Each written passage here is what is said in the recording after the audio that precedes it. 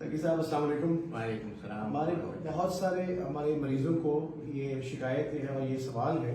کہ اگر آنکھوں کے قطرے استعمال کرنے سے اس سے کیا روزہ مکروہ ہوتا ہے یا ٹوٹتا ہے، یا وہ اگر حلق میں بھی آئے تو اس سے روزہ ٹوٹتا ہے مکروہ ہوتا ہے، اس پہ آپ کا کیا وہ ہے؟ آنکھ میں کوئی بھی قطرہ ڈالنے سے یا دوا ڈالنے سے روزہ نہیں ٹوٹتا، اور جو حلق میں تھوڑا سا اثر محسوس ہوتا ہے بعض اوقات تو وہ در حقیقت مسامات کے ذریعے ہوتا ہے، اور مسامات کے ذریعے کوئی چیز اندر جاتی ہے تو اس سے روزہ نہیں ٹوٹتا، بلکہ روزہ اس سے ٹوٹتا ہے کہ جو اللہ تعالیٰ نے غذا کے اندر جانے کے جو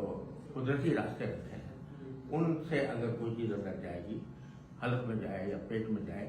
اس سے روزہ ٹوٹتا ہے۔ لیکن جیسے ناک ہے یا منہ ہے، بلکہ جو اینس ہے اس کے ذریعے بھی جس طرح سے جو قدرتی راستے ہیں اس کے ذریعے اگر پہنچایا جائے کوئی چیز تو